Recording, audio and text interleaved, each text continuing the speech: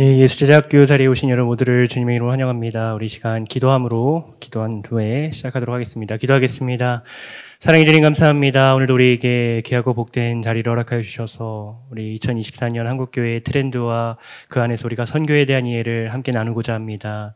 이 시간 주님 함께하여 주시고 역사하여 주시고 도와주셔서 우리의 나눔과 우리의 이 시간이 정말 우리의 한국교회를 이해하고 또 우리가 이 시대 속에서 힘써야 할 것과 관심 가져야 할 것과 나아갈 그 방향을 발견하는 시간 될 수 있도록 주님께서 이 시간 도와주시고 인도하여 주시옵소서.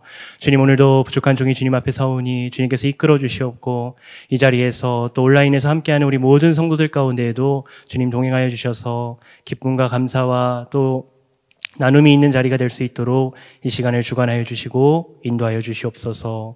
사랑이 많으신 우리 주 예수 그리스도의 이름으로 간절히 기도드립니다. 아멘. 예, 반갑습니다, 여러분들. 우리 오늘 예수제자학교 또 2024년 한국교회 트렌드 이해와 선교라는 주제로 이제 오늘 강의를 시작하게 된 신현진 목사입니다. 예수제자학교라는 이 프로그램을 통해서 우리가 참 많은 것들을 좀 다루고 있고요. 여러분들 다들 알다시피 선교라는 주제로 올 한 해는 우리가 계속해서 힘써서 우리 남산교회가 달리고 있습니다. 그런 맥락에서 선교에 관한 여러 가지 강의들이 이제 많은 교수님들과 또 목사님들과 또 강사님들을 통하여서 우리가 전달되었는데, 오늘은 여러분 2024년 한국교회 트렌드 이해와 선교라는 주제로 우리가 함께 이야기를 나누는 시간을 갖고자 합니다. 여러분, 일단 트렌드라는 말 다들 들어보셨을 겁니다. 한 사회의 어느 시점에서 특정 생각, 표현 방식, 제품 등이 침투 혹은 확산해 나가는 과정을 말하고 있는 게 이제 트렌드라고 할 수 있는데, 여러분 이런 트렌드를 그래서 알아야 합니다. 특히 교회가 지금 처한 트렌드가 어떠한지를 아는 것이 중요한 이유는 우리 한국교회가 지금 우리가 이 자리에 있구나. 그렇다면 우리가 앞으로 선교를 하거나 목회를 하거나 어떤 것을 결정할 때 그런 흐름과 방향성을 이해해야지 더 적절한 선택과 저 적절한 결정들을 내릴 수 있기 때문에 우리는 이런 트렌드에 대한 이야기들을 좀 자세하게 살펴보고 이해하는 것이 필요할 것 같습니다. 그런 맥락에서 여러분 오늘 우리가 다룰 이야기는 책 한 권과 관련되어 있는데요. 여러분 한국교회 트렌드 2024라는 책이 있습니다. 작년도부터 시작해가지고 이제 목회연구소에서 발간하는 책들이고요. 한 해의 한국교회의 어떤 주된 흐름에 대한 이야기를 소개하고 이 흐름 안에서 어떻게 우리 교회가 어떤 것에 힘쓰고 어떤 것에 관심을 갖고 어디에 초점을 맞춰야 되는지를 이제 여러 자료들과 또 표들과 또 설문 결과들을 통하여서 소개하고 있는 책이 이 2024 한국교회 트렌드라는 책이라고 할 수 있습니다. 여기에서는 여러분 우리가 이제 여러 가지 주제들이 나오지만 오늘은 이제 한정된 시간 안에서 좀 완전히 세밀하게까지는 다 못 다루고요. 크게 두 가지의 주제를 좀 다루려고 합니다. 첫 번째는 한국교회 이제 교회 리빌딩, 교회 다시 세우기라는 주제를 우리가 다루고자 하고요. 두 번째는 외로움 속에 놓여 있는 그리스도인 크리스찬에 관한 부분들을 우리가 좀 같이 살펴보면서 이 두 가지 속에서 우리가 아주 중요한 통찰과 또 배워야 할 것들을 좀 나누고 그 안에서 우리가 함께 선교적인 어떤 관심, 방향들을 우리가 함께 좀 나눠보는 시간을 같이 갖도록 하겠습니다. 예, 우리 먼저 그래서 첫 번째로 다룰 주제는 교회 리빌딩입니다. 교회를 다시 세우기 위해서 왜 우리가 이 이야기를 다뤄야 하는가를 이제 말하고자 하는데, 여러분 우리가 다 알고 있습니다. 우리 교회 리빌딩을 하는 이유가 우리가 코로나라는 정말로 현대사회에서 가장 강력한 어떤 한 가지 사건을 경험했습니다. 여러분 코로나 시기가 우리가 그렇게 길 거라고 누구나 예상하지 못했습니다. 저도 아직도 기억나는 게 그때 이제 막 퍼져갈 때쯤 아마 2021년이었나요? 그 시점에 이제 막 시작되니까 이거 금방 끝나겠지. 이거 그렇게 오래 안 가겠지라고 생각했었는데, 여러분 우리가 다들 알다시피 약 거의 3년에 걸친 시간 동안 코로나가 찾아왔고요. 그로 인해서 찾아온 변화는 여러분 일단은 교회에 있어서 큰 변화 중에 하나가 앞에 보이는 것처럼 온라인 예배의 도입이었습니다. 여러분 이전에도 여러분 큰 교회들은 우리 남산교회들과 같은 교회들 정도의 규모가 되면은 온라인 예배를 어느 정도 활용했습니다. 그렇지만 그 온라인 예배 형태들이 대부분은 교회 홈페이지에 들어가서 올려져 있는 영상을 나중에 보는 형태로서 많이 이루어졌지, 실시간으로 이렇게 온라인 예배를 드리는 곳은 사실상 코로나 시기를 거치게 되면서 찾아온 변화 중에 하나였습니다. 그래서 여러분, 이 변화가 얼마나 강력하냐면, 여러분, 교회의 규모에 상관없이 거의 많은 교회들이 코로나 방역 지침 안에서 어떻게 해서든 예배를 지켜가기 위하여 온라인 예배를 준비하였고요. 정말로 많은 목회자들과 또 많은 성도들이 이런 어떤 방송 장비, 방송 설비, 방송 방식에 대해서 배우고 또 활용하는 것을 통해서 온라인 예배가 적극적으로 도입되게 되었습니다. 여러분, 이런 온라인 예배의 도입과 함께 그래서 사실은 우리가 이제 엔데믹, 코로나가 지나고 나서 그 이후에 변화의 시기를 살아갈 때에도 무언가 이전과 완전히 같지는 않다라는 것을 우리가 시간이 흐를수록 더 많이 느끼고 있는데, 그래서 여러분, 오늘 다루는 주제는 이제 새롭게 구조화해야 한다. 우리 교회를 다시금 잘 세워가야 한다라는 게 이 한국교회 트렌드 2024에서 다루고 있는 첫 번째 주제 가운데 하나라고 말할 수 있을 것 같습니다. 그래서 여러분, 우리가 좀 보자면 교회의 변화에 대한 이야기부터 좀 이야기를 시작할 필요가 있을 것 같습니다. 왜냐하면 재구조의 배경이 교회가 달라졌기 때문인데, 여러분, 이야기를 나눌 때 참 마음 아픈 게 있습니다. 어떤 거냐면 한국교회 변화의 핵심 키워드가 여러분, 안타깝게도 교인 수의 감소라는 주제가 전면으로 부각되고 있다는 것을 말해야 하기 때문에 그렇습니다. 여러분, 최근에 23년도에서 조사한 약 22,000명을 대상으로 당신의 종교가 무엇입니까? 라고 물었을 때, 여러분, 이때 내가 그리스도인입니다 라고 밝힌 비율은 20% 정도였다라고 합니다. 물론 여러분, 이 자료는 조사하는 기관이나 사람들에 따라서 좀 편차는 있는 것 같습니다. 어떤 다른 조사에서는 한 15% 정도가 내가 그리스도인입니다, 개신교인입니다 라고 밝히기도 했는데, 여러분, 그만큼 여러분 오늘날에 있어서 더 이상 종교를 가진 비율도 확실히 이제 더 많이 줄었고요. 그 안에서 우리 그리스도인의 비율도 그렇게 많이 크지는 않은 상황입니다. 왜냐하면 여러분, 이제 한국교회가 이전만큼의 성장과 성장에 대한 어떤 부흥의 시기 자체가 이미 꺾여 있는 흐름 속에 있었기 때문에 그렇습니다. 결과를 수치를 좀 보자면요. 여러분, 2022년에 기독교 온라인 매체인 뉴스앤조이가 조사한 6개의 교단, 여기서는 기독교 감리회, 예당, 합동, 통합, 고신, 기장, 기성만을 대상으로 이제 성도들 수를, 교단의 교인 수를 조사한 결과 684만 3,436명이 지금 현재 우리 개신교 수, 그리스도인의 수다라고 밝히고 있음을 전해줍니다. 근데 여러분, 이 수가 어떤 수였냐면, 사실은 여러분 2012년부터 21년에 184만 565명이 감소하고, 또 20년에서 21년 사이에 58만 9,480명이 감소하고 난 다음에 수치였다는 겁니다. 여러분, 정말로 그렇게 보면은 11년도쯤에는 800만 명 정도가 기독교인이었습니다. 그리스도인이었습니다. 근데 여러분, 이 속도가 아주 가파르게 계속 증가했고요. 특히 코로나 시기 때 있었던 가장 큰 변화는 여러분, 성도 수가 급감했다는 겁니다.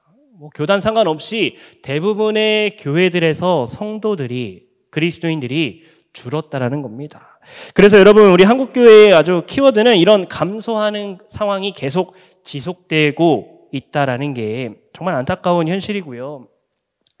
저는 이 책을 공부하면서 이 질문도 참 마음이 아팠던 질문입니다. 여러분, 목회데이터 연구소에서 500여 명의 담임 목사들을 대상으로 이제 한국교회 트렌드 조사를 했다고 합니다. 이때 여러분, 이런 질문을 했습니다. 당신은 교회 담임자로서 앞으로 교회의 존립에 대해서 걱정하느냐라고 물었을 때, 여러분 앞에 보이는 것처럼 약 62.8%의 목회자들이 그렇다라고 답했다고 합니다. 즉, 이 담임자의 입장에서, 담임 목사의 입장에서 여러분, 약 500여 명 중에 62.8%의 목사님들이 우리 교회가 위험하다, 아니 우리 교회가 사라질 수도 있겠다라는 그런 걱정 가운데 놓여져 있다는 겁니다. 실제로 여러분, 우리가 남산교회에서만 신앙생활을 하면은 우리가 피부로 좀 와닿지 않는 부분일 수도 있습니다. 왜냐하면 여러분, 실제 우리 지방에 있는 교회들이나 서울에서도 좀 작은 규모의 교회를 가보면 교회의 구성원들 가운데 젊은이들이 거의 없습니다. 우리 지방 같은 경우에는 교회 학교가 없는 비율도 너무나 크고요. 그래서 아이들이 없는 것은 거의 당연하고 청년이나 또 청장년에서도 좀 젊은 계층에 해당하는 사람들이 더 이상 없어서 지금 교회를 지켜가는 성도들 중에 뭐 70대 이상, 60대 이상의 분들이 정말로 30년 후에 40년 후에도 돌아가시고 나서도 우리 교회가 남아있을 수 있느냐라고 고민하면은 많은 목사님들이 대답합니다. 참 어렵다고, 쉽지 않다고. 아마 그런 것을 반영하고 있는 결과가 방금 앞에서 본 우리 목사님들이 대답한 우리 교회의 존립에 대한 걱정에 대해 62.8%의 사람들이 그렇다고 답한 이유로 말할 수 있을 것 같습니다. 그와 더불어서 여러분 한국교회 안에서 또 큰 변화는 이제 앞으로 좀 더 자세히 보겠지만 성도들이 달라졌다라는 게 특히 2024년도 트렌드를 얘기할 때 중요한 포인트 가운데 하나입니다. 여러 가지 주제들이 있는데 하나씩 좀 보자면요. 첫 번째는 여러분 개인주의화된 성도들이라는 주제를 이야기할 수 있을 것 같습니다. 배경이 되는 이야기는 여러분 이렇게 말할 수 있습니다. 앞에서도 우리 언급했지만 코로나 3년의 기간 동안에 강조됐던 주제 가운데 하나가 사회적 거리두기, 언택트, 이게 덕목이었습니다. 저는 요즘 더 부쩍 느끼는 것 같아요. 이게 우리가 진짜 비정상적으로 살았구나. 여러분 우리 식당 갈 때 어떤 일이 있었습니까? 다 온도 재고, 체온 재고, 출입 통제하고, 인원수 통제하고. 여러분 같이 모이면 죄인처럼 취급받고요. 실제로 우리 코로나 기간 속에서 교회들 가운데에는 현장 예배를 강행하다 보니까 막 사회적으로 지탄받고 너네 때문이다. 너네가 다 이 원인의 한 유형이다라고 안 좋은 소리도 듣는 경우도 많았는데 여러분 이 3년의 기간 동안에 그래서 사회적 덕목으로 거리두기와 언택트가 되게 중요하게 여겨졌고요. 지금은 이게 다 없어지고 해제되고 자유로울 것 같은데 여러분 놀랍게도 사람이 바뀌었다라는 겁니다. 여러분 어떻게 바뀌었냐면 사람들이 하나의 목적만을 위해서는 모이긴 하는데 그 외의 세부적인 것들에 대해서는 관심이 없어졌다는 겁니다. 예를 들자면 여러분 이런 걸 이야기할 수 있습니다. 크루 모임들이 좀 많아졌다고 하는데 예를 들어 앞에 보이는 그림처럼 러닝 크루, 달리는 크루들이 있으면 우리 예전에 생각하면 이런 동호회 모임들은 대부분 만나서 같이 교제도 하고 나눔도 갖고 그와 함께 더불어서 주요 목적인 어떤 달리는 거나 운동하는 것들을 즐기는 게 우리가 일반적으로 생각하는 동호회의 방식으로 알고 있지만 요즘은 좀 달라졌다라고 얘기합니다. 특히 이게 젊을수록 더 강한데 여러분 러닝크루 같은 경우는 대표적으로 이런 사람들이 있다고 합니다. 10명에서 30명 정도의 사람들이 일단은 사람들 온라인에서 모집합니다. 그리고 몇 날, 몇 시에 일정을 정하고 나서 여기에 모인 다음에 예를 들어 한강에 모여서 뜁니다. 모이자마자. 그리고 나서 우리 대부분 끝나고 나면은 고생했습니다. 수고하셨습니다. 하고서 뭐 밥 먹으러 가거나 또 교제할 거라고 생각하는데 그것을 안 한다라고. 그것을 하지 않는다라는 그런 그룹들이 많아졌다라고 합니다. 즉 달리는 거 하나는 열심히 지키지만 그 외의 것들에 대해서는 더 이상 이제 관심을 갖지 않는 사회적 분위기가 형성되었고요. 여러분 이런 이야기를 하는 이유가 교회에도 그것이 동일하게 작동하고 있기 때문에 그렇습니다. 여러분 교회가 이제 코로나 이후에는 많은 성도들의 생각 속에 이게 있습니다. 교회의 제일 중요한 목적 하나 예배. 그 외의 것은 그렇게 우리가 힘써야 할 필요가 있을까? 여러분 이게 사람들에게 되게 자리 잡으니까 어떤 일이 벌어지냐면 교회 점심 식사를 재개하지 못한 교회들이 상당히 많았다는 겁니다. 우리 앞에 보이는 것처럼 여러분 2023년 1월에 한국목회자협회에서 조사한 결과를 따르면 교회 점심 식사를 재개한 교회가 전체 교회에서 61.7%밖에 되지 않았다고 합니다. 거의 3분의 1 교회는 여러분 이제 교회에서 공동 식사를 포기했습니다. 여러분 이게 특히 젊은 사람들이 많은 교회일수록 더 강렬하게 나타나는 경향을 지녔다고 하는데요. 제가 느낀 게 여러분 제가 군에 있다 보니까 군은 상대적으로 확실히 민간교회보다는 젊은 층에 속합니다. 그러다 보니 군교회도 분명히 코로나 전에는 공동식사를 준비하는 어떤 흐름들이나 모임들이 있었는데 딱 코로나가 확실히 어느 정도 마무리되고 엔데믹 시점이 됐을 때에 일단 못하게 된 게 식사였습니다. 더 이상 나와서 봉사할 사람이 없었어요. 예배드리는 구성원 수도 일단 좀 줄긴 했지만 그래도 비슷하긴 했는데 더 이상의 이제는 식사를 봉사할 인원도 없고 그것을 이렇게 하자라는 분위기 자체가 사라져 버리니까 이제 재개하지 못하는 경우도 많이 저도 이제 군교회에서 목회를 하면서 경험하게 됐던 이야기 가운데 하나입니다. 여러분 이것이 반영하는 바가 바로 그겁니다. 성도들이 개인주의화 되었다는 겁니다. 하나의 목적이 중요하지 그 외의 것들에 대해서는 이제는 좀 관심을 갖지 않기 시작했고요. 예배만 드리면 됐지. 오늘 주일날 내가 교회 나와서 예배 한번 드리고 났으면 충분하지라는 그 흐름이 이제 더 이상의 헌신과 봉사와 섬김을 점점 더 이제는 멀어지게 만드는, 하지 못하게 만드는 분위기로 흐르게 되었다는 게 여러분 이 개인주의화된 성도들에 관한 이야기를 나눌 때 말할 수 있는 부분 가운데 하나입니다. 두 번째는 여러분 이제 슬기로운 성도라는 주제인데요. 여러분 슬기롭다라는 게 뭘까요? 지혜롭다라는 거죠. 자기 스스로 무언가를 할 수 있다라는 의미를 지니는데 여러분 저도 이 슬기로운 성도라는 표현은 이 책을 읽으면서 좀 처음 들었던 표현인데 내용을 보니까 나름 잘 표현했다라는 생각이 듭니다. 표 하나를 좀 보겠습니다. 여러분 이 앞에 표를 보시면은 우리가 이제 성경 읽기, 기도하기, 큐티에 관한 2017년도과 2023년도에 이제 평균 시간, 또 평균 횟수, 또 평균 하는 범위에 대해서 이야기하고 있는 표라고 할 수 있습니다. 여러분 보시다시피 2017년은 어떤 해인가요? 코로나 전이었습니다. 코로나가 아직 찾아오기 시간 전이었고 2023년은 여러분 코로나가 직격탄을 가하고 이제는 어느 정도 좀 마무리되던 시점이 2023년이라고 할 수 있는데 잘 보시면 여러분 성경 읽기, 기도하기, 큐티 모든 부분에 있어서 비율이나 시간이 늘었음을 확인할 수 있습니다. 여러분 신기하죠? 성경 읽기가 더 많아졌다는 겁니다.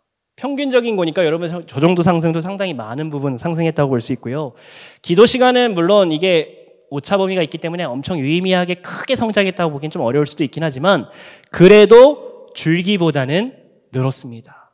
특히 압도적으로 좀 많이 증가한 게 큐티 비율이 상당히 증가했습니다. 전체 개신교 비율에서 21%에서 약 35%까지 늘었다라는 것을 볼 수 있는데 여러분 이게 말하는 바가 무엇일까요? 코로나 상황 속에서 교회가 성도들의 신앙에 관한 것들을 좀 보듬어주기 어려운 제한적인 상황이 되자 성도들이 스스로 나의 믿음과 나의 신앙을 지키기 위해서 더 열심을 냈다는 겁니다. 즉 여러분 슬기로운 성도라는 것은 이제는 그런 신앙적 인도와 공급이 사라져도 스스로의 신앙의 길을 찾아 나서려고 하는 성도들이 오늘 24년 한국교회 성도들의 특징이라는 겁니다. 내 믿음, 내 신앙 내가 이대로 포기할 수 없어. 교회가 못해줘도 나만은 지켜가야지라고 생각한 그리스도인들이 더 많았다는 겁니다. 특히 여러분 이게 더 가능했던 이유 중에 하나가 유튜브의 발달과도 연관되어 있습니다. 여러분 유튜브가 사실은 15년 전만 하더라도 그렇게까지 대중적이지 않았습니다.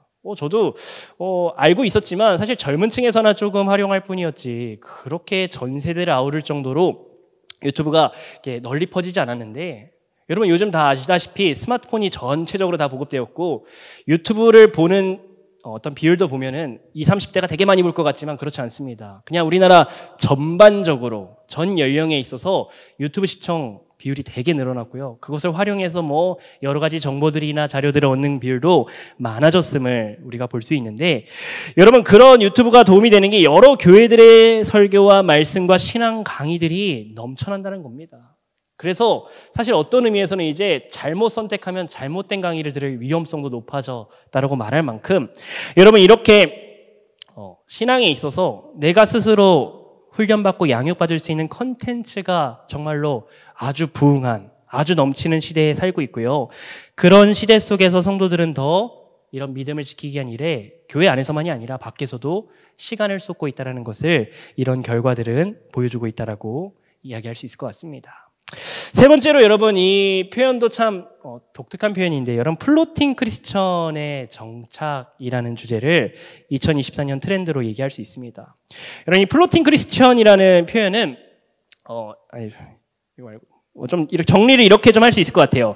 정의하자면 전통적인 신앙생활에서 벗어나 온라인에서 자유로운 신앙생활을 추구하는 그리스도인들을 말하는 것이라고 할 수 있습니다. 이게 플로팅이 띄어있다 뭐 이런 뜻을 지녀서 이렇게 표현한 것 같은데, 그러니까 떠도는 마치 막 우리 현장 예배에 오고 교회에 와가지고 활동하는 게 아니라 온라인에서 여기저기 돌아다니는 그리스도인들을 가리킨다라고 할 수 있는데, 여러분 이것도 이 책에서는 크게 두 가지 유형으로 좀 구분을 합니다. 첫 번째 유형은 앞에 보이는 것처럼 출석 교회의 현장 예배에 참석하면서 온라인으로는 다른 교회의 목사님의 설교를 듣거나 프로그램을 참여하는 유형의 사람들이 있고요.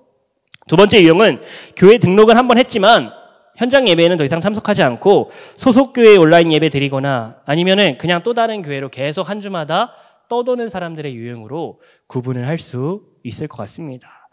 여러분 이게 2024년 목회데이터 연구조사의 결과에 따르면 전체 교회 등록 기준으로 24.1%에 해당하는 사람들이 이런 유형의 사람들이었다라고 결과가 나옵니다. 즉 여러분 우리 전체 등록 크리스찬 가운데 4분의 1 정도는 온라인에서 신앙생활을 지켜가고 있다라는 것입니다. 아마 여기에는 여러분 여러 가지 이유들이 있겠죠. 노년층, 나이 많이 드신 성도님들 같은 경우에는 교회 한번 나오려면 정말 힘겹기도 하고 어렵기도 해서 온라인으로 드리는 어쩔 수 없이 들어야 하는 부분들도 분명히 존재하긴 하지만 여러분 그것은 사실은 일부고요. 생각보다 많은 성도들 비율 가운데 그냥 내가 이 교회에 다니지만 이 교회만이 아니라 다른 교회를 볼 수도 있고 알아갈 수도 있고 심지어 더 심한 경우는 두 번째 유형처럼 그냥 온라인에서 그냥 한 교회 한 교회씩 주일마다 돌아가면서 예배 드리는 사람들도 있다라는 것입니다.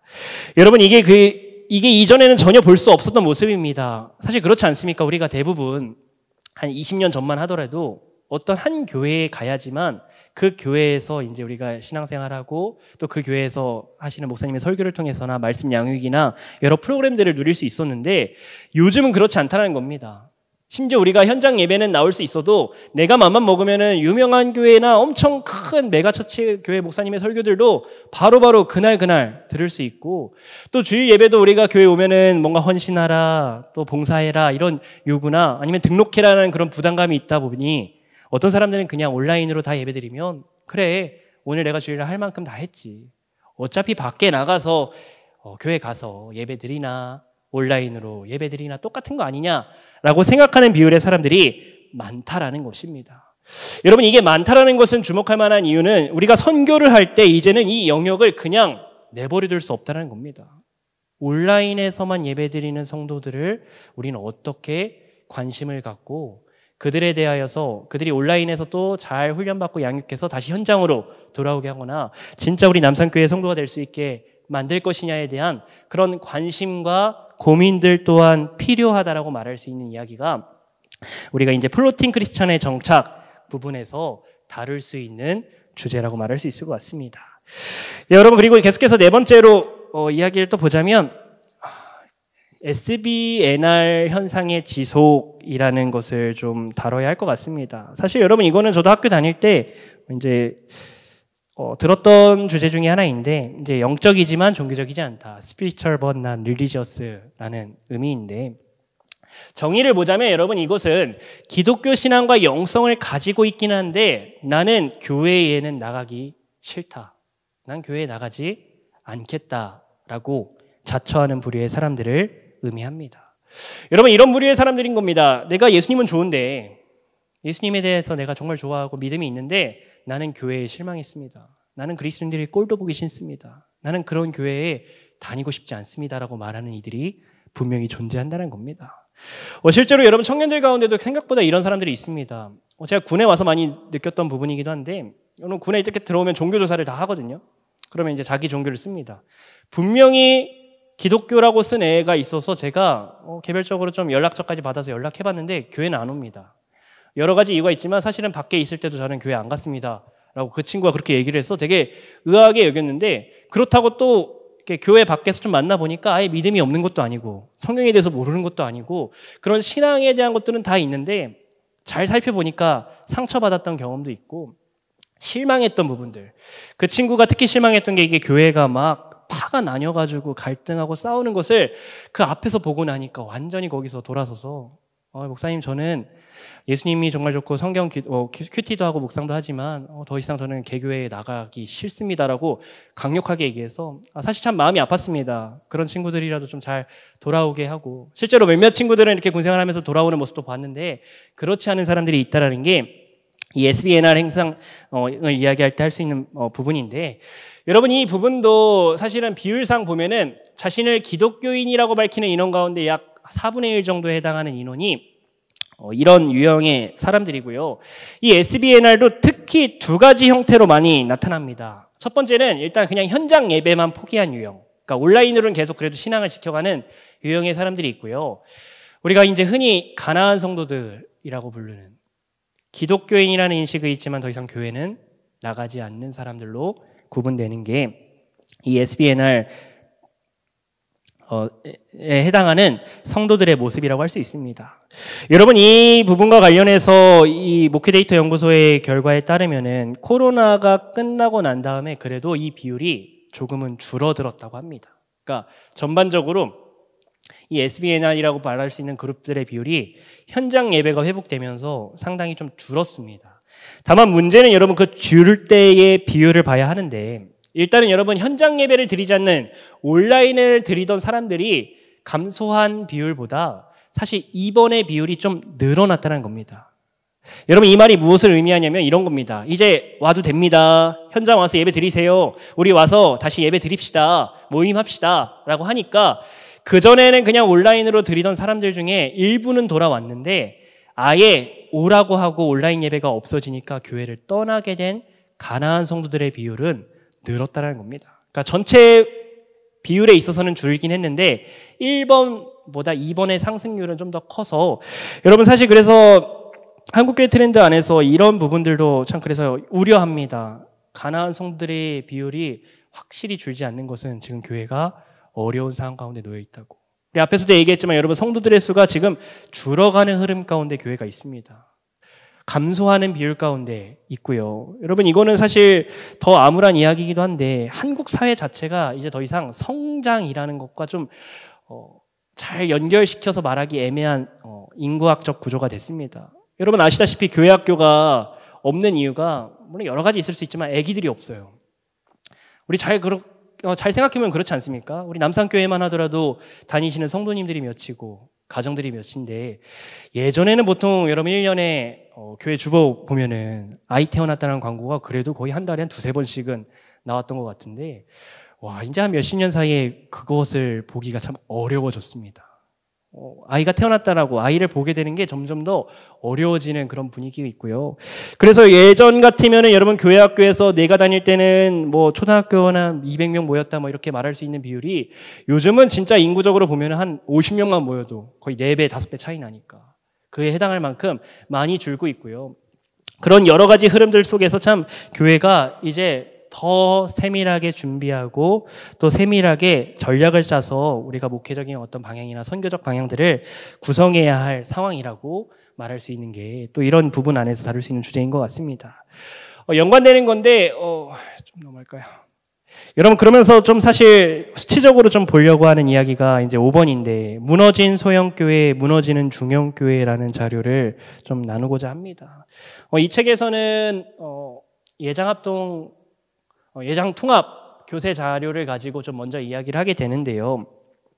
여러분 앞에 보이시는 표에서와 같이 예장 통합, 뭐 감리교도 그렇지만 이제 교회에 관한 통계표를 어느 정도 공개를 합니다. 우리 감리교 같은 경우는 교회를 이렇게 세밀하게 구분해서 표현하진 않고 그냥 매년 교인 수가 이 정도였다라는 것을 이제 보고하게 되고, 더 자세한 자료들은 보통 연회 자료집이나 이런 데를 통해서만 찾을 수 있어서 좀 접근하기는 어렵긴 했는데, 일단은 여러분 이 예장 통합 교세 같은 경우는 이제 뉴스나 홈페이지 사이트에서 또 이 책에서 소개한 것을 가지고 좀 이야기를 들고 있습니다.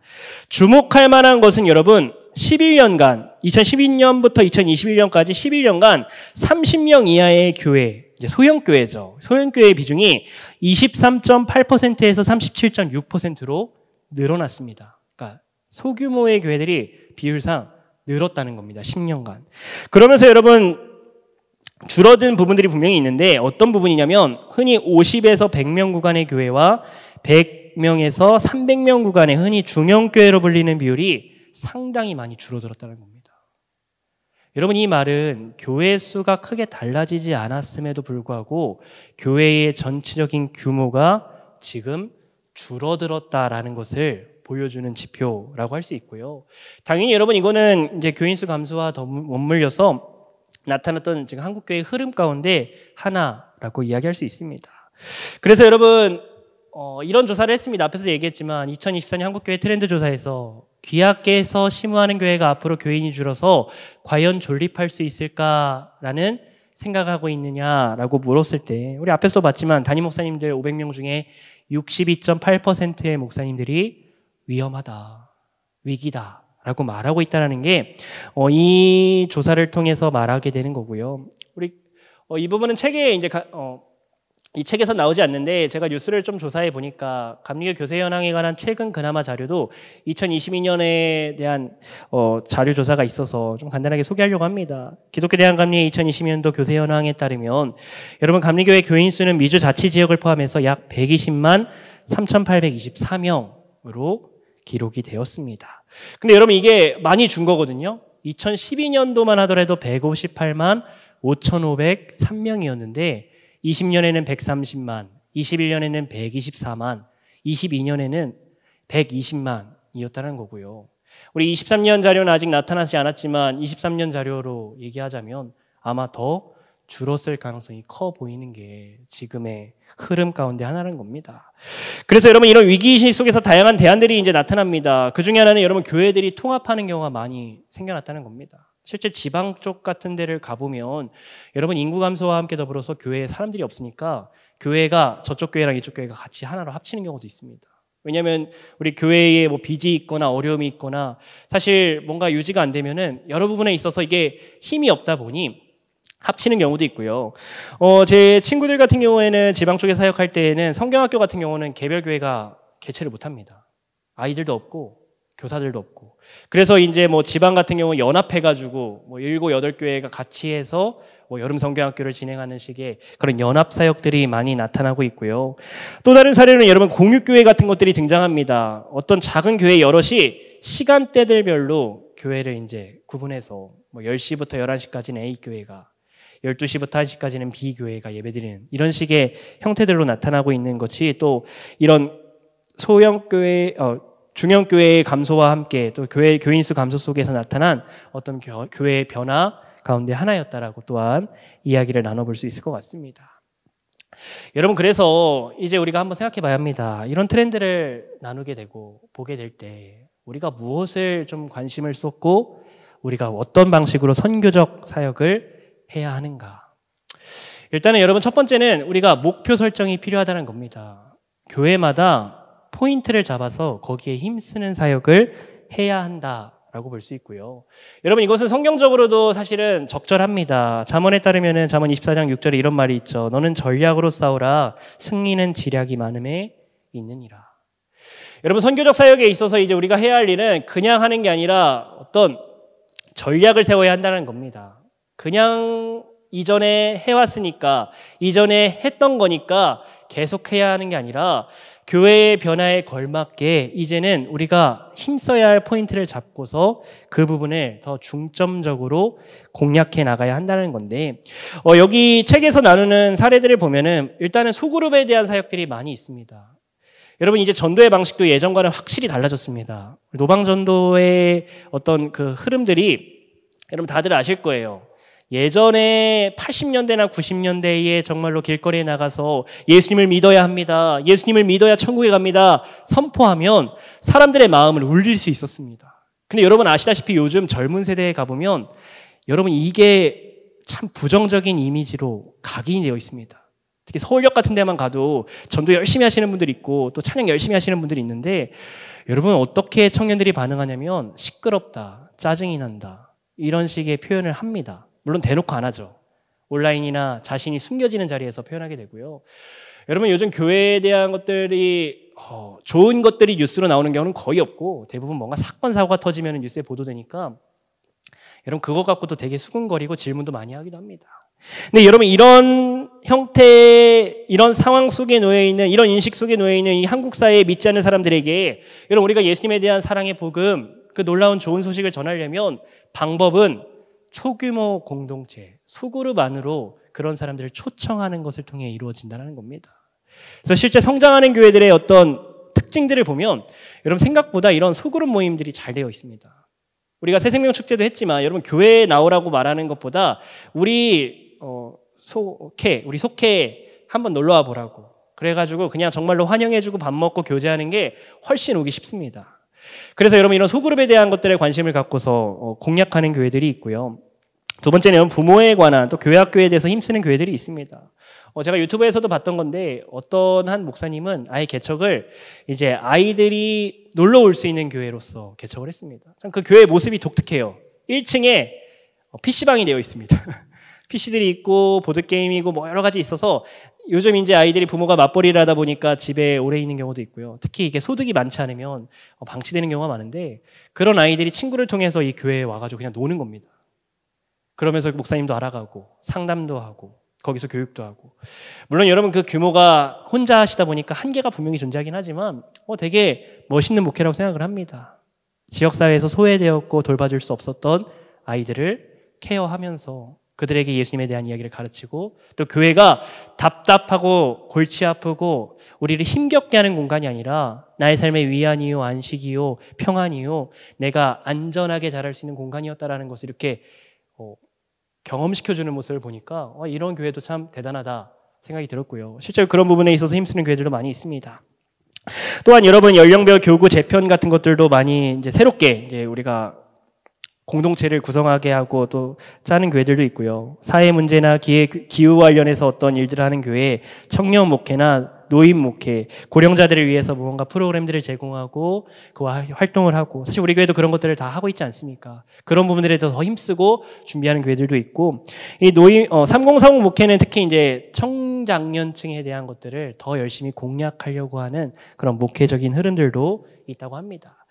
핵심 포인트는 여러분 일단은 여러 가지를 다 하는 게 아니라 지금까지 우리가 해왔던 것들이 옛날에 해왔으니까 오늘도 또 해야지라는 생각부터 탈피해야 한다는 게 전략을 짤 때 가장 중요한 포인트입니다. 우리가 작년에도 성경학교 했으니까 올해도 교회학교가 예를 들면 성경학교 해야지라는 게 이게 마치 디폴트로 돼 있는데 과연 이전의 방식 그대로 똑같이 하는 게 맞느냐라고 고민해 볼 시점이 지금이고요. 우리 교회의 모든 것들에 대해서도 이제 다시 한번 한 가지 목표를 잘 이루기 위해서 우리가 좀 고민하고 고심하고 준비하는 것이 필요하다라고 말하고 있는 게 여러분 이 첫 번째 대한모색의 이야기입니다. 두 번째로는 여러분 이 책에서 이제 성도들의 다양한 욕구에 대한 대응을 위한 준비가 필요하다라고 이야기를 합니다. 앞에서 이야기했듯이 성도들의 신앙이 성숙해졌습니다. 슬기로워져서 교회가 무언가를 제공해야지만 공급받을 수 있던 상황이 아니라 스스로 찾아가는 성도들로 바뀌었다라고 할 수 있는데 그렇기 때문에 여러분 이제 교회는 소수의 사람들의 어떤 니드들을 일단은 잘 파악해서 그런 다양성과 욕구에 맞는 무언가 작은 그룹의 프로그램들을 하나씩 시작할 필요가 있다라고 제안을 합니다. 예를 들자면 우리가 이제 예전에도 가능하면 한 프로그램 할 때 많은 인원이 참여해야지라는 전제를 가지고 했다면 그거를 포기하자는 겁니다. 일단은 예를 들어 우리가 한번 우리 부모님의 교육에 대해서 우리가 한번 프로그램을 마련했다 싶으면은 예전에는 일정 수의 사람이 모이지 않으면 안 하겠다 뭐 이런 식으로 없어지기도 하고 그랬는데 아주 소규모라도 일단은 시작하고 경험시키고 난 다음에 2회, 3회, 4회로 늘려가면서 조금씩 그 부분을 확장시켜가는 방식으로 이제 교회의 다양한 어떤 성들의 욕구나 니드에 대해서 반응할 수 있어야 한다는 거고요. 특히 연령대별이나 성별이나 신앙 수준별이나 개인별 성향에 따라 신앙의 욕구가 분명히 다르기 때문에 이 다양성에 대한 이해를 위해서 교회가 조사하는 것이 참 많이 필요하다라고 이야기를 제안합니다. 여러분 이게 사실은 감리교회 목회 방식하고도 되게 잘 맞는 부분이거든요. 우리 존 웨슬리 목사님의 강점 중에 하나가 이 속회와 밴드와 이런 조직들을 되게 잘했습니다. 성도들의 신앙 수준에 따른 공동체가 분명히 존재했고요. 예를 들어서 여러분 믿음을 지켜가다가 중도에 탈락하는 성도들이 있어요. 흔들리는 사람들이 있습니다. 그런 사람들만을 위해서 더 직접적으로 케어하기 위한 공동체나 이런 것들도 존재했고요. 신앙에 있어서 예를 들어서 우리가 이제 예수님도 믿고 신앙 고백도 제대로 할 수 있다면 헌신에 대한 것을 이제 한 단계 더 넣어갈 수 있게끔 그런 것을 더 집중적으로 할 수 있는 성도들만의 모임들도 존재해서 실제 여러분 감리교의 어떤 형태 가운데 하나는 강점이 이런 다양한 사회적인 것들, 다양성과 욕구에 대하여 반응하는 교단 가운데 하나가 우리 감리교였다라고 말할 수 있어서 오늘날에도 우리가 그래서 다시 한번 교회가 위기 상황, 수가 줄어가고 있다는 이런 두렵고도 또 개인화되는 그런 분위기 속에서도 우리가 할 수 있는 것들을 하나씩 좀 다시 찾고서 그것을 시도할 수 있게끔 교회가 도와주는 것들이 우리가 선교하기 위해서 또 우리가 목회적인 것들에 있어서 필요한 부분이라고 이야기할 수 있을 것 같습니다. 세 번째로 여러분 평신도 역할의 확대입니다. 여러분 이거는 이제 더 이상 우리가 이제 간과할 수 없는 부분입니다. 목회자 수가 줄고 있습니다. 이거는 이미 전제되어 있는 이미 확정된 부분이기도 한데 일단 감리교단만을 놓고 보면은 신학교가 정원을 다 줄였습니다. 제가 학교 입학했을 때 250명 정도였던 걸로 기억하는데 최근에 조사해 보니까 이제 감신도 한 150, 200 안 되게 뽑고 있고요. 여러분 예전에는 감리교 신학 안에서도 전공이 3개였습니다. 신학 전공, 기독교 교육학 전공, 종교 철학 전공이었는데 이제 상담학이라는 게 하나 생기면서 제가 작년에 우리 전사님들과 간사님들 통해서 얘기 들었던 것들의 충격이 예전에는 보통 감신에서 2학년 때 전공을 정하는데 1등은 무조건 신학이었습니다. 그러니까 다 신학하지 대부분 이제 기독교 교육에 대한 특별한 관심 없으면 대부분 신학이 가장 많은 비율의 신학생들이 선택하는 전공이었는데 올해 바뀌었습니다. 그러니까 작년에 바뀌었죠. 상담학이 1등 했다고 합니다. 신학 몇 등 했다고 했니? 3등 했다고 해가지고 야 이제 감신 안에서도 신학교 안에서도 관심 분야가 신학이 아니라 상담 쪽으로 좀 바뀌었구나. 왜냐하면 여러분 이 상담으로 바뀌었다는 것은 이제 꼭 이 신학교를 졸업한 친구가 목회로만 가지 않을 가능성이 높아졌다는 것을 의미합니다. 그와 더불어서 여러분 학령 인구가 점점 줄고 있기 때문에 아마 우리 교회 안에서도 교회학교 요즘 사역자들 구하기 어렵다고 얘기가 나오는 이유 중에 하나도 사람이 없다라는 겁니다. 예전에 여러분 지방교회에서 이렇게 서울로 올라가온 신학생들이 있으면 지방교회에서 보내줬습니다. 훈련 받으라고. 서울에서 더 배워오라고. 근데 요즘은 그렇지 않습니다. 안 놔줍니다. 우리 교회도 사람이 없으니까 우리 교회에서 자라왔으니까 배워왔으니까 여기서 좀 더 사역하자. 좀 더 애들 신경 써주자. 실제로 제가 이렇게 많이 아는 후배들 보면은 대부분 그래서 본교회에서 모교회에서 계속 사역했다가 이제 나중에 이제 수련 목회자 할 때쯤이나 이렇게 한번 옮기는 경우도 있고요. 아니면 정말 목사 안수 받을 때까지 그 교회에서 있는 경우도 요즘은 더 많아지게 된 것 같습니다. 이런 맥락 때문에 사실은 이제 우리 교회 안에서 목회자, 사역자 중심의 일들이 이루어지는 것은 어려워지는 게 자명하고요. 성도들에 대한 특히 평신도와 함께하는 목회적인 방향으로 전환은 이제 반드시 해야 할 일입니다. 당연히 여러분 이를 위해서는 목회자가 역할을 나눠야 하고요. 여러분 어떤 교회들은 이제 교회학교 같은 경우는 꼭 전도사가 설교를 다 안 하고 우리 성도님들 중에 설교하고 나눔하는 교회들도 많아지고 있는 비율이라고 합니다. 왜냐하면 그만큼 이제 사역자 구하기도 어렵고 사실 평신도들도 다 말씀 전할 수는 있거든요. 우리 감리교 교리와 장정에 따르면 목회자가 할 수 있는 분명한 것은 성례입니다. 성례. 그러니까 세례와 성찬에 대한 것을 베푸는 것은 안수받지 않은 이가 할 수 있는 게 안수받지 않은 사람은 할 수 없습니다. 다만 이런 말씀 전하는 거는 우리 감리교 전통이나 개신교의 전통에 따르면은 교육받고 훈련받아서 교회에서 인정할 만한 사람이면 말씀 선포는 할 수 있습니다. 대부분 여러분 이게 교육을 안 받으니까 사역자들이나 신학생들이나 이제 목회자들이 설교하게 되는 거긴 한데 이런 맥락에서 이제 평신도에 대한 역할들, 평신도와 함께 사역들을 나누고 공유하고 꾸려가는 일들이 이제 시대의 흐름이고 해야 할 일들이라고 할 수 있고요. 그래서 여러분 우리가 교회에서 힘써야 하는 게 구경꾼들을 많이 없애는 겁니다. 그냥 예배를 보고 돌아가는 사람들보다 무언가 참여하고 역할을 부여해서 내가 공동체 안에서 우리 교회 안에서 의미 있는 주의 일을 하는 사람이다라는 인식을 갖게끔 하는 시도들과 노력들이 더 필요한 시대이기도 하다라고 말할 수 있습니다. 네 번째로 여러분 개인 맞춤형 신앙 콘텐츠 지원인데 여러분 혹시 아시나요? 이 퐁당이라는 거 나중에 한번 여러분 인터넷에 검색해 보시기 바랍니다. 저도 이거 거의 설립 초창기 때 소개받아가지고 이거 관련해서 사이트 만들 때에도 같이 좀 군에 대해서 군교회는 어떻게 쓰냐 하면서 아이디어 제시하기도 하고 했는데 여러분 넷플릭스 같이 이렇게 신앙 콘텐츠를 모아놓은 사이트입니다. 가입하시면은 여러분 생각보다 기독교 자료들을 잘 모아놨어요. 저도 옛날에 이렇게 가지고 있어서 소실된 자료들도 이 퐁당이라는 사이트에 들어가서 보시면 생각보다 많이 있고요. 뭐 다큐 형태들이나 뭐 신앙이나 설교 형태들도 되게 잘 모아놔서 여러분이 원하는 어떤 자료들이나 주제들을 잘 살펴볼 수 있게 됐습니다. 그리고 이런 프로젝트를 잘 꾸리고 있고 알고 있는 교회들은 활용하고 있고 또 개인적으로 아시는 분들은 이렇게 신앙 콘텐츠들을 활용하고 있는데 여러분 이것이 이제 우리가 계속해서 많은 교회들이 동참해야 할 부분들이라는 겁니다. 한 교회가 다 할 수 없으니까 연합해서 공유하면서 나누면서 다양한 욕구와 신앙에 대한 그런 마음에 대하여 응답할 수 있는 콘텐츠들을 지원하는 게 필요하다라는 게 이제 교회 리빌딩을 다루면서 나누는 마지막 주제 가운데 하나입니다. 그래서 여러분 정리하자면은 이제 한국 교회의 트렌드는 이렇습니다. 이제 교회는 성장의 시기가 아니라 감소의 시기 속에 있고요. 분명히 위기 상황 속에 있습니다. 그리고 그 안에는 개인주의화된 성도들도 많고요. 온라인에서 떠도는 성도들, 교회에 대해서 부정적으로 생각하면서 안 나가는 성도들이 있는데 여러분 이런 성도들과 이런 환경 속에서 해야 할 일이란 이렇게 변화된 성도들의 다양한 욕구를 교회가 맞춰갈 뿐만 아니라 이제는 실제로 이제 그냥 수만 늘리는 교회 목회가 아니라 온전히 한 사람의 믿음을 지키는 성도들을 세워가는 방향으로 교회가 좀 더 힘써야 한다라는 게 교회 리빌딩에 대한 주제를 다루면서 오늘 이 책이 제언하는 바이기도 합니다.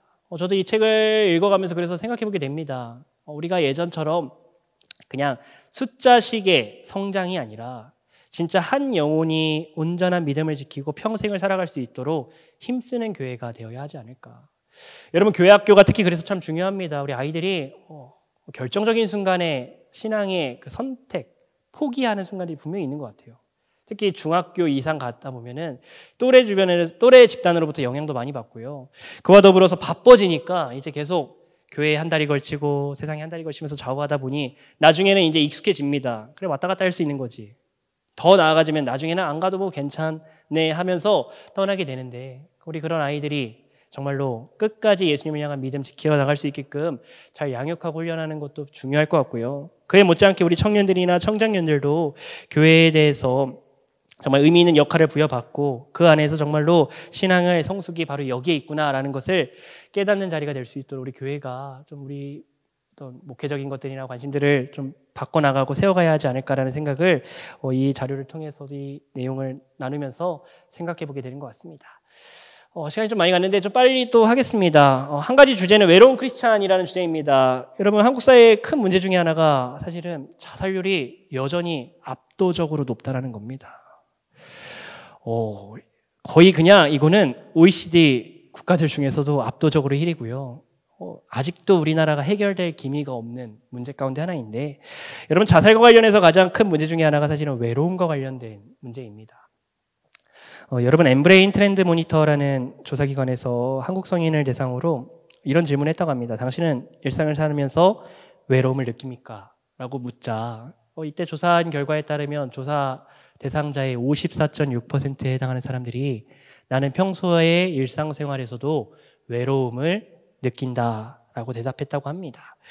그러면서 여러분 또 다른 조사인 국민일보가 2023년 1월 31일 2천여 명을 대상으로 조사한 조사에서는 외로움 척도 지수에 관한 조사를 했는데 한국인의 평균 외로움 지수가 80점 만점에 42.2점으로 나타났습니다. 여러분 이게 어떤 정도의 수준이냐면 보통 43점 이상이면 외로움에 해당한다라고 말할 수 있는 만큼 말할 수 있는데 그런 맥락에서 볼 때 여러분 우리 지금 한국 사회의 전반적인 분위기가 되게 외롭다라고 느끼는 비율이 상당히 높다라는 겁니다. 그런 위험이 우리 한국 사회에 흐르고 있다는 겁니다. 여러분 이런 외로움이 나타나는 이유는 여러 가지 배경이 있습니다. 첫 번째는 신자유주의와 경제 불황인데 여러분 이거 신자유주의라는 것은 그냥 간단하게 설명하자면 국가 권력이 시장 개입을 비판하고 시장의 기능과 민간의 자유로운 활동을 중시한다라고 해서 그냥 사회에 맡기는 겁니다. 시장에 맡겨서 알아서 흘러가게. 그러다 보니까 여러분 어떤 일이 일어나냐면 빈부격차가 확대되고 안정성이 상실됩니다. 국가가 좀 더 주도해서 잡아주고 챙겨줘야 하는데 그 일을 이제 좀 줄이다 보니까 정말로 무한 경쟁 시대로 빠져들게 되었고요. 여러분 이런 가치관이 사실은 이제 점점 더 이제 사회에 퍼지다 보니 여러분 한국 사회가 특히 놀라운 부분으로 보여줬던 게 아마 이 부분들은 다 들어보신 분들도 많을 거예요. 예를 들어서 미국 여론조사 기관인 퓨리서치가 2021년 11월에 전 세계 17개국의 대상으로 해서 당신의 삶에서 가장 가치 있게 생각하는 것이 무엇입니까? 라고 조사했을 때 여러분 대부분의 국가들은 1위 가치로 가족을 뽑았습니다. 근데 우리 대한민국만이 유일하게 물질적 행복이 가장 중요한 가치다라고 뽑았던 나라 가운데 하나입니다. 그래서 여러분 이 대한민국 사회는 정말로 이 돈, 자본주의, 물질 중심적인 사회가 여전히 팽배하게 휩쓸고 있고요. 되게 비교하는 게 강한 나라가 우리나라입니다. 내가 지금 어느 정도 잘 사는 것 같은데도 나보다 더 잘 사는 사람이 많으니까 사실은 내가 참 우울하다, 힘들다라고 느끼는 이들이 더 많은 게 우리 사회의 배경이기도 한데 여러분 이런 사회 경제적인 구조 안에서 경쟁의 구조, 물질 중심의 구조를 갖다 보니 거기에서 낙오되거나 떨어진 사람들이 외로움을 느끼게 된다는 거고요.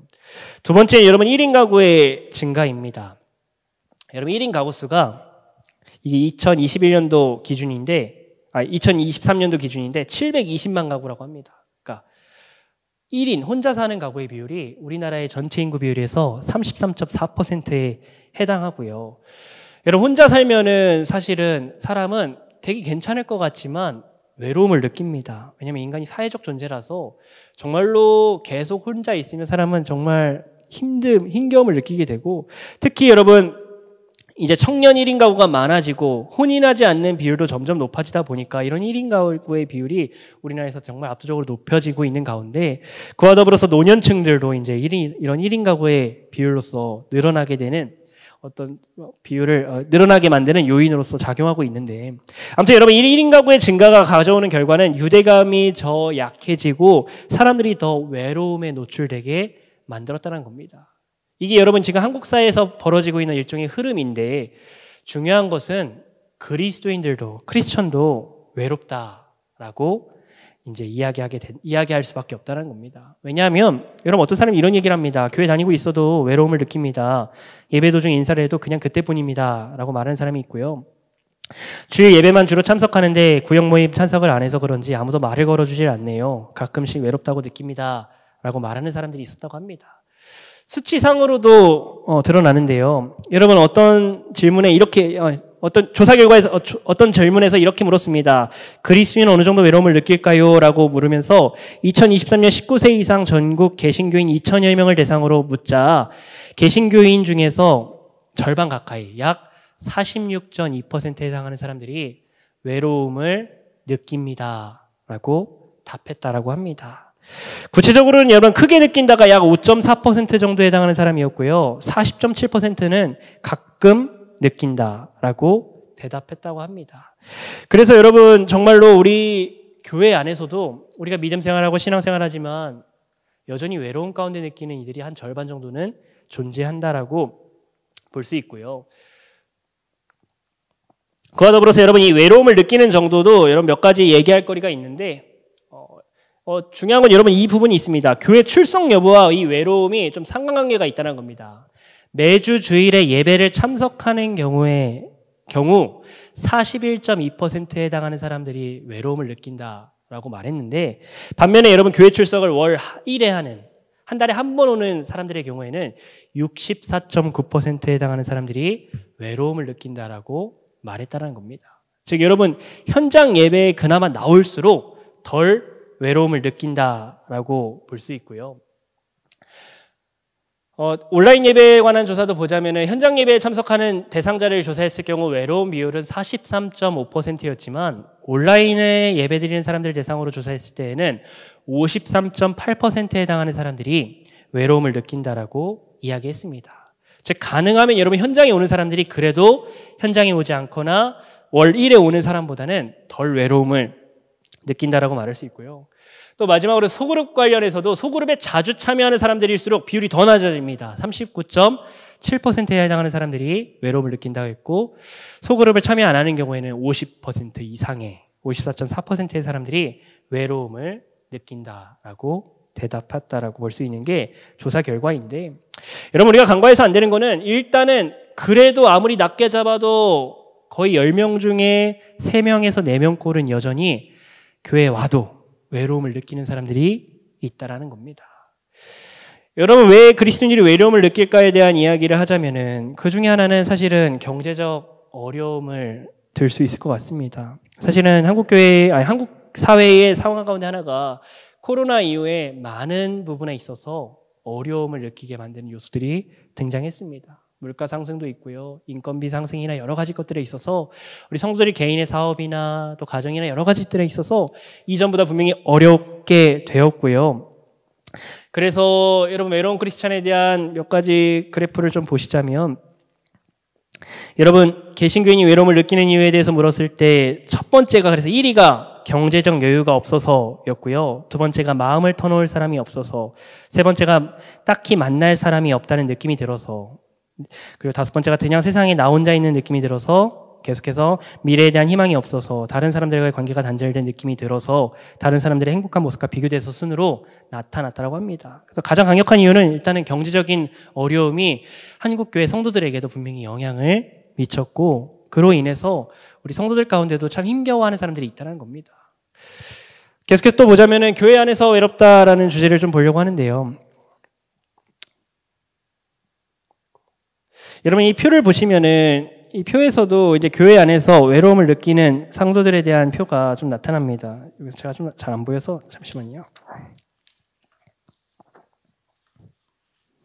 여러분 외로운 크리스찬들이 이제 보자면은 교회에서 외로움을 느끼는 원인으로서 이제 몇 가지가 나타납니다. 첫 번째로는 마음을 터놓고 이야기할 사람이 없어서가 가장 높았습니다. 그 다음이 교회 활동에 참여하지 못할 때, 세 번째가 교회에서 같이 식사하거나 차를 마실 사람이 없을 때, 네 번째가 소속된 부서가 없을 때, 다섯 번째가 가족을 강조하는 설교나 성경 공부를 할 때, 마지막으로 부부끼리 모일 때 순으로 나타났다고 합니다.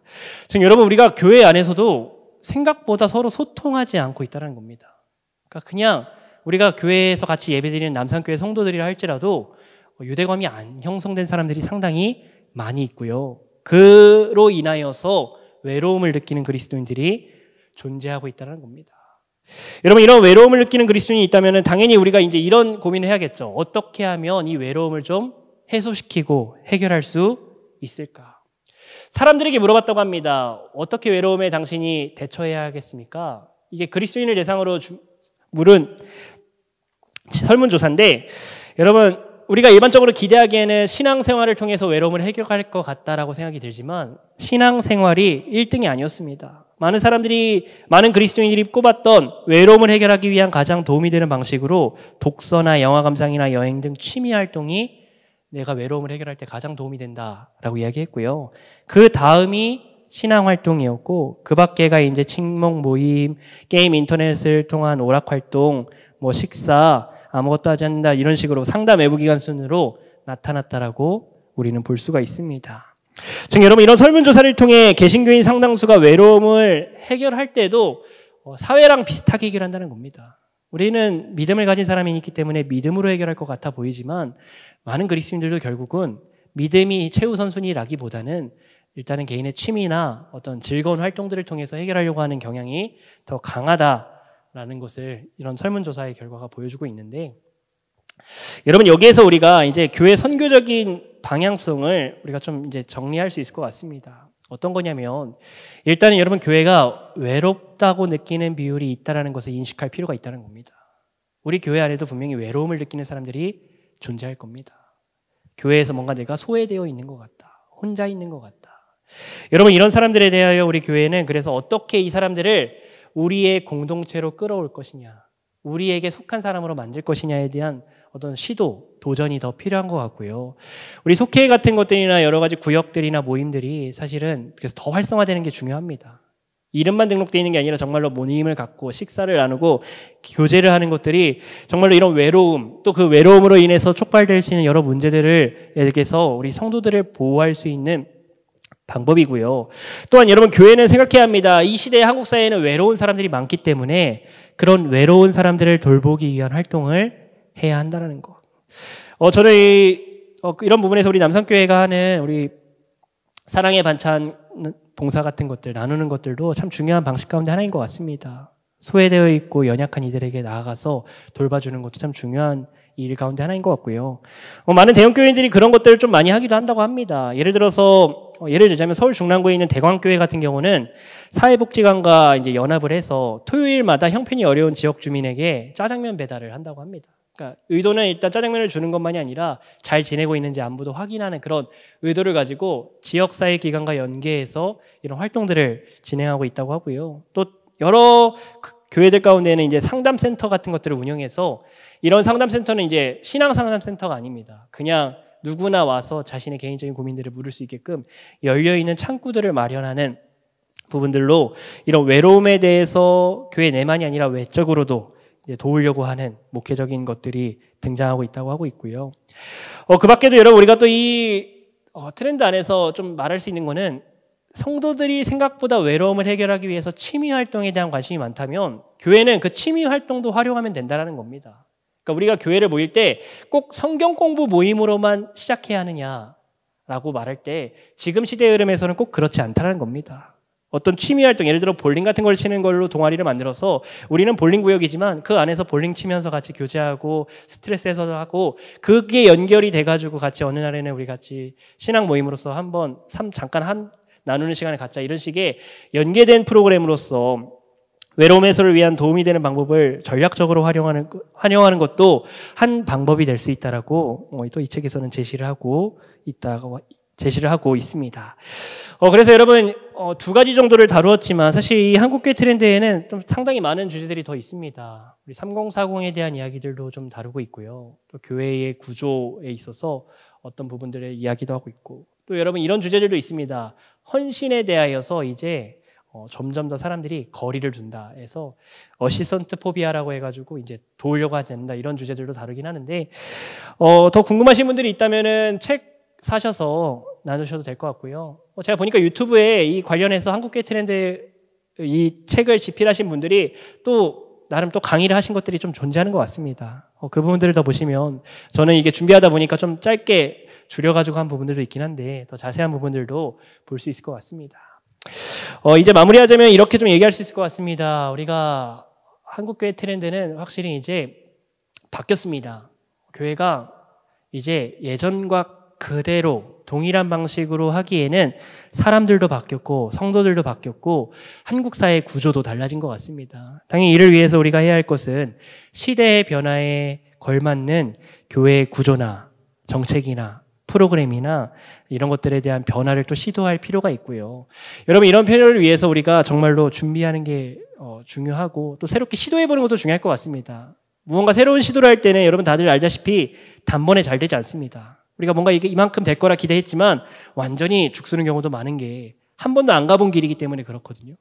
그래서 여러분 우리는 정말로 더 고심하고 또 여러 시도들의 실패에 대해서도 그것 때문에 낙심하지 말고 계속해서 발굴해 나가기 위한 지도들을 해야 할 것 같고요. 물론 그 안에서도 여러분 우리가 잊지 말아야 할 것은 주님, 이 어려운 때에 우리가 정말로 지혜롭게 준비할 수 있게 하옵소서. 그래서 우리의 사랑하는 교회, 우리의 믿음의 공동체가 정말 한 사람의 온전한 그리스도인을 세워갈 수 있는 그런 공동체 될 수 있게 해달라고 계속해서 기도하는 것 또한 중요한 일이라고 생각이 듭니다.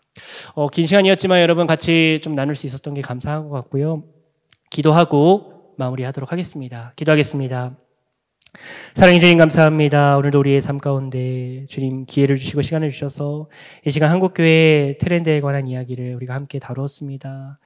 어쩌면 교회의 어려운 시점입니다. 성도들의 수가 줄고 우리 사회 속에서 여러 가지 전망들이 어두움을 보게 되는데 그 가운데 우리가 빛 되신 주님을 소망합니다. 여전히 교회를 사랑하시며 우리를 사랑하시는, 포기하지 않으시는 주님의 그 마음을 우리가 기억하오니 주여, 주님의 마음을 품고서 우리가 이제 정말로 변화되는 환경 속에서, 변화되는 시대 속에서 전략적으로 적절하게 우리가 준비하고 계획하여서 정말로 한 사람의 온전한 그리스도인을 세워가는 우리 믿음의 공동체가 될 수 있도록, 그런 남산교회가 될 수 있도록 주님 붙들어 주시옵소서. 주님께서 우리와 함께하여 주시길 소망합니다. 우리의 교회 공동체와 능력으로 동행하여 주시길 소망하옵나니 주님께서 역사하여 주시고 이끌어 주시오며 지혜가 부족한 자들에게 우리에게는 하나님께 지혜를 요청하라 말씀하셨사오니 우리에게 지혜와 능력을 더하여 주셔서 우리 남산교회가 시대적 상황 속에서 주님의 온전하신 목표와 빛을 향해 뜻을 향해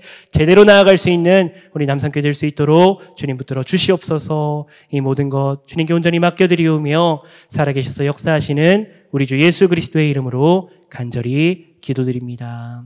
아멘.